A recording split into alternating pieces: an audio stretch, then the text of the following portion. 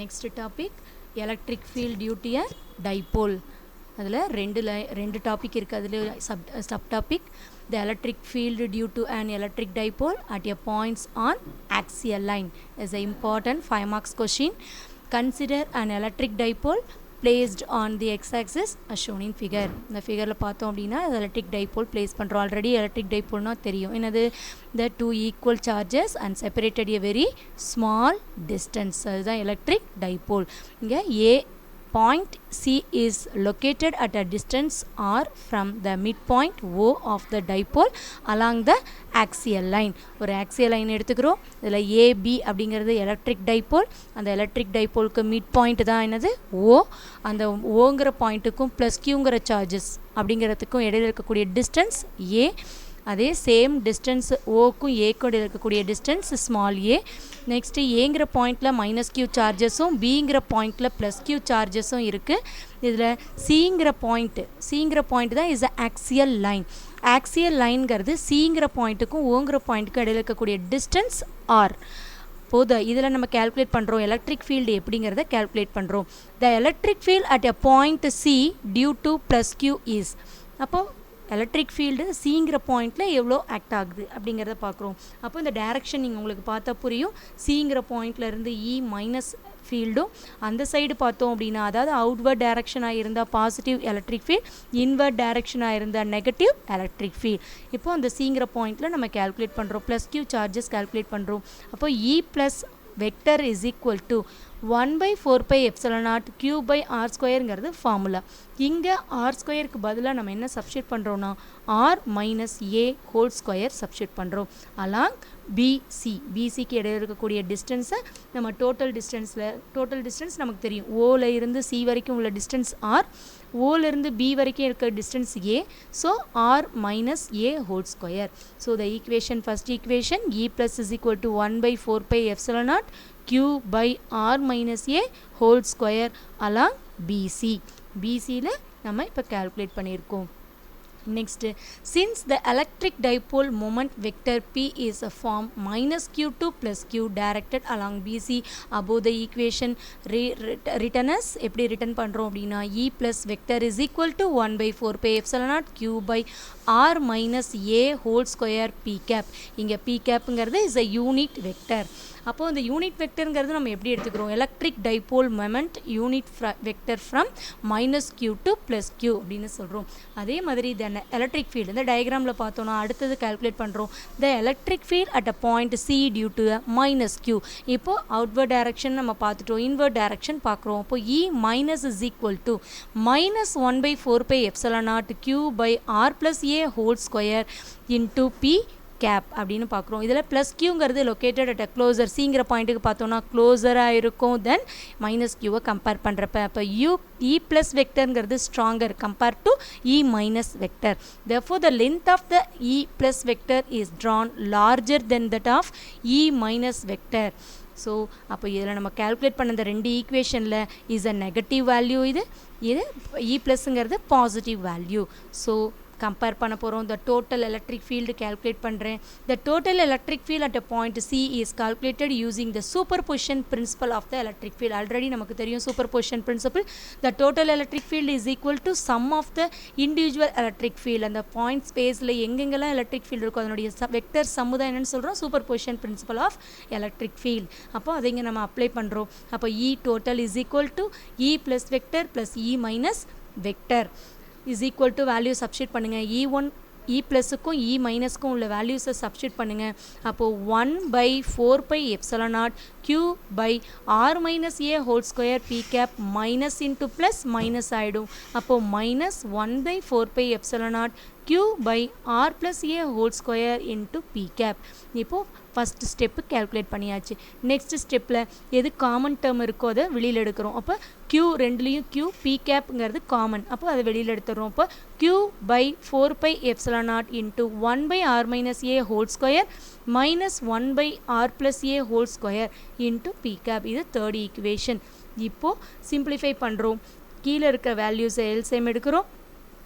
r plus a whole ஸ்கொயரை மேலே cross multiply பண்ணிக்கிறோம். இங்கே r minus a whole square cross multiply பண்ணிக்கிறோம்.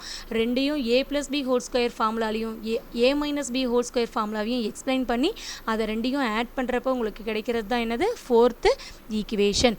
அப்போது E total is equal to 1/4 pi epsilon naught q into 4RA by R square minus A square whole square into P cap அப்படின்னு கிடைக்கும். கீழே இருக்க ரெண்டு ஈக்குவேஷனையும் R minus A whole square R plus A whole square multiply பண்ணுறப்ப R minus R square A plus B into A minus B இருக்கும். அப்போ A square minus B square formula. அப்போ R square minus A squareனு கிடைக்கும். Already ரெண்டுலேயும் square இருக்கிறதுனால whole square வரும். கீழே இருக்கிற term R square minus A square whole ஸ்கொயர்னு வரும். மேலே இருக்கிற அந்த 4RA எப்படி வந்ததுன்னா ரெண்டையும் கிராஸ் மல்டிப்ளை பண்ணி A + B whole square formula உங்களுக்கு தெரியும். A square + B square + 2AB அதை சப்ஸ்டிட் பண்ணுங்கள். மைனஸ் அதே மாதிரி R - A whole square formula தெரியும். A - B whole square formula A square + B square - 2AB அந்த ஃபார்முலாவை சப்ஸ்டிட் பண்ணோன்னா 4RA. ஏன்னா A square B square minus term வரும். இப்போ minus R square A square எல்லாமே கேன்சல் ஆகிடும். அப்போ remaining term 4RA by R square minus A square whole square into P cap கிடைக்கும்.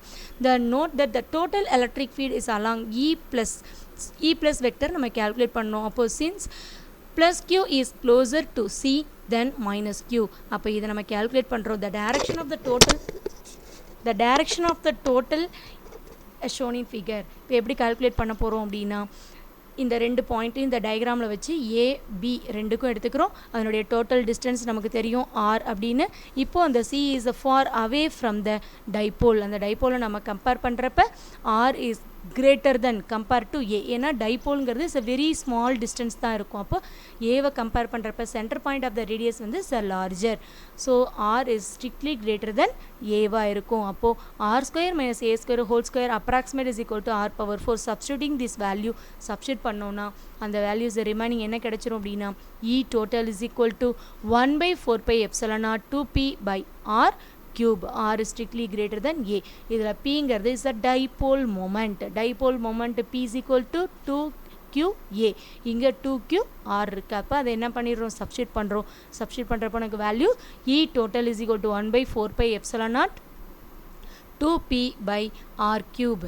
அப்போ if the point C is chosen on the left side of the dipole, the total electric field is still in the direction of P. இது எப்படி align ஆகுது அப்படின்னா அந்த Cங்கிற பாயிண்ட்டுக்கு left side டைப்போலோட left சைடில் align ஆகுது. அதனுடைய டைரக்ஷன் P டைப்போல் மூமெண்ட்டோட டைரக்ஷன்லேயே அலைன் ஆகுது. இதுதான் என்னது எலக்ட்ரிக் டைப்போல். இந்த ஆக்சியல் லைன் அப்படின்னு கேட்டாங்கன்னா அப் டு திஸ் பாயிண்ட் வரைக்கும் எழுதணும். Next topic, electric field due to an electric dipole at a point on the equatorial line. இப்போ equatorial line நம்ம calculate பண்ண போகிறோம். அப்போது consider அதே மாதிரி ஒரு பாயிண்ட் எடுத்துக்கிறோம். அந்த பாயிண்ட்டுங்கிறது C at a distance R from the midpoint O of the dipole on the equatorial plane. ஒன்றும் இல்லை, நம்ம எலக்ட்ரிக் டைப்போல் முன்னாடி எடுத்துக்கிட்ட மாதிரியே இப்போயும் எடுத்துக்கிறோம். AB அப்படின்னு எடுத்துக்கிறோம். அதனுடைய டைப்போல் AB. அப்போ பாயிண்ட் சார்ஜஸ் எப்படி இருக்கும் சேம், பட் மேக்னட்யூட் மட்டும் டிஃப்ரெண்ட்டாக இருக்கும். அப்போ -Q இங்கே Bங்கிற பாயிண்டில் +Q இருக்கும். செப்பரேட்டட் டிஸ்டன்ஸ் என்னவாக இருக்கும் ஏவாக இருக்கும். அதனுடைய மிட் பாயிண்ட் ஓன்னு எடுத்துக்கிறோம். அந்த மிட் பாயிண்ட்டுக்கு மேலே ஒரு center of the axial equatorial line எடுத்துக்கிறோம் ஆக்சிஸில் இருந்து.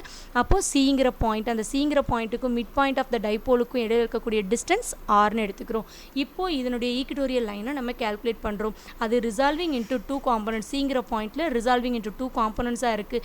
டோட்டல் எலக்ட்ரிக் ஃபீல்டு கால்குலேட் பண்ணுறோம் அப்படின்னா E ப்ளஸ்ஸையும் E மைனஸ் வெக்டரையும் ஆக்சியல் லைனுக்கு எப்படி கேல்குலேட் பண்ணமோ அதே மாதிரி ஈக்குட்டோரியல் லைனுக்கும் கேல்குலேட் பண்ணுறோம். ஆனால் இது ரிசால்விங் இன்ட்டு 2 காம்பனன்ட்ஸை ப்ரொடியூஸ் பண்ணுது. ஒன்று sin θ, இன்னொன்று cos θ. அப்போது பர்பண்டிகுலர் டு த ஆக்சிஸாக இருக்குது. E ப்ளஸ் sin θவும் E மைனஸ் sin θவும் இஸ் ஈக்குவல் அண்ட் ஆப்போசிட் டைரக்ஷனுங்கிறதுனால 0 ஆகிடும். ஏன்னா டைரக்ஷன் ஈக்குவல் அண்ட் ஆப்போசிட்டாக இருக்கப்போ டோட்டல் எலக்ட்ரிக் ஃபீல்டு என்ன ஆகிடும் பர்பண்டிகுலர் காம்பனண்ட்டை பொறுத்த வரைக்கும் 0 ஆயிரும்.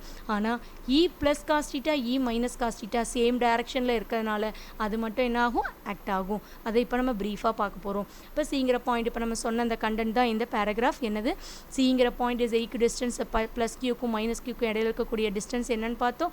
அதனுடைய சார்ஜஸ் சேமாக, மேக்னிடியூட் வந்து சேமாக இருக்கும். சார்ஜோட சைன் மட்டும் டிஃப்ரெண்ட்டாக இருக்கும். The direction of the E plus along இப்போ நம்ம பார்த்தோம் BCக்கு இடையில இருக்கக்கூடிய டிஸ்டன்ஸ் என்னன்னு பார்த்தோம்.